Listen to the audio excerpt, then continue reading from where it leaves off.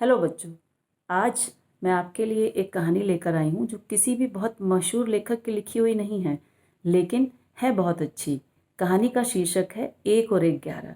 तो आओ सुनते हैं हम कहानी एक और एक 11। बनगिरी के घने जंगलों में एक हाथी ने भारी उत्पात मचा रखा था। वह अपनी ताकत के नशे में इतना चूर था कि वह किसी को कुछ भी नहीं समझता था। बनगिरी के जंगल में एक पेड़ पर एक चिड़े और चिड़िया का छोटा सा सुखी संसार था। चिड़िया अंडों पर बैठी बच्चों के निकलने का इंतजार कर रही थी और एक सुनहरा सपना देखती थी कि मेरा एक छोटा सा परिवार होगा। एक दिन वह क्रूर हाथी उधर ही निकला और तोड़ता मरोड़ता आया। उसने देखते ही देखते उस पेड़ को, घोंसले वाले पेड़ को गिरा दिया और घोंसला नीचे आ गिरा। अंडे टूट गए और ऊपर से हाथी का पैर भी उन्हीं अंडों पर पड़ गया। अब चिड़िया और चिड़े के पास रोने के सिवाय कोई काम नहीं था। वो बेचारे इतने दुखी थे कि रोने लगे। तभी चिड़िया की एक दोस्त थी, कटफोड़वी। वह वहाँ आई। वह चिड़िया की बहुत अच्छी मित्र थी। उसने पूछा कि तुम क्यों रो रही हो। चिड़िया ने अपनी सारी व्यथा उसको सुनाई। चिड़िया बोली, यह तो बहुत बुरा हुआ। कटफोड़वी बोली, यह तो बहुत बुरा हुआ। चलो हम किसी भी प्रकार उस हाथी को सबक सिखाते हैं। चिड़िया बोली, अरे हम इतने छोटे मोटे जीव हैं, उस इतने बड़े से हाथी को हम कैसे कुछ कर सकते हैं। कटफोड़वी ने समझाया, एक और एक मिलकर 11 होते हैं। चलो मेरा एक मित्र है भौरा, हम उसके पास चलते हैं, उससे एक सलाह लेते हैं। कटफोड़वी और चिड़िया दोनों मिलकर भौरे के पास पहुंचे। भौरे ने जब ये सारी कथा सुनी तो बहुत दुखी हुआ। उसने कहा, सुनो, मेरा एक मित्र है मेंढक, चलो पहले हम उसी के पास चलते हैं और सारी योजना वहीं बनाते हैं। वे तीनों लोग मिलकर के मेंढक के पास पहुंचे। मेंढक अपने तालाब में बैठा हुआ था पानी के अंदर।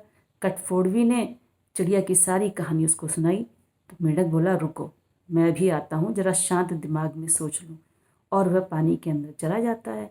पानी के अंदर जाकर के वो आधे घंटे के बाद निकलता है तो उसकी आंखें एक चमक रही होती हैं। इसका मतलब कि उसके अंदर एक योजना उसने बना ली होती है। उतनी देर में वह अपनी योजना अपने सारे साथियों को बताता है और कहता है कि अब हमें इसमें सब लोगों को अपना अपना काम करना होगा।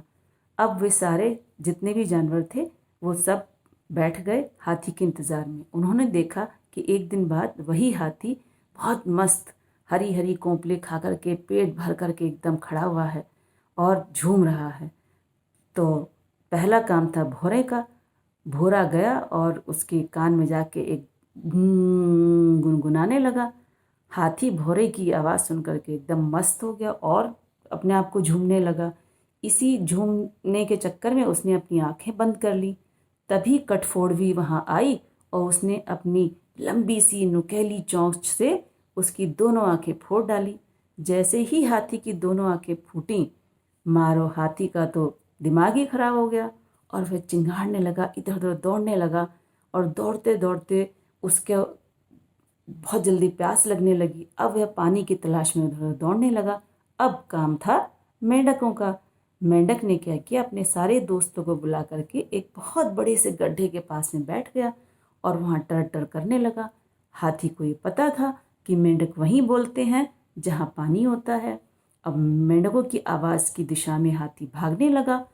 जैसे हाथी पास आता जाता, मेंढक और तेज टर्राने लगते। जैसे ही हाथी वहाँ आया गड्ढे के पास में, मेंढक और जोर जोर से टर्राने लगे। हाथी ने आप देखा ना ताव और अपनी सूंड और अपने पैर को जैसे ही डाला तो ये क्या, ये तो तालाब और पानी के बजाय एक गड्ढा था। अब हाथी बहुत बड़े गड्ढे के अंदर फंस गया। तब हाथी को समझ में आया। अब हाथी उन सब लोगों से क्षमा मांगने लगा। सब लोगों ने कहा, ठीक है, लेकिन तुम इस जंगल में अब नहीं रहोगे। और बच्चों, इस प्रकार उन लोगों ने उस हाथी से छुटकारा पाया और वह हाथी जंगल छोड़कर भाग गया।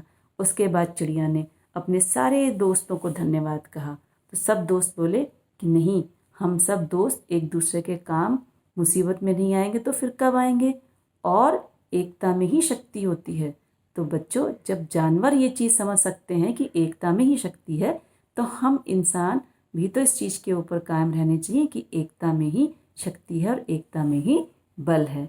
तो कैसी लगी कहानी एक और एक 11 की? धन्यवाद।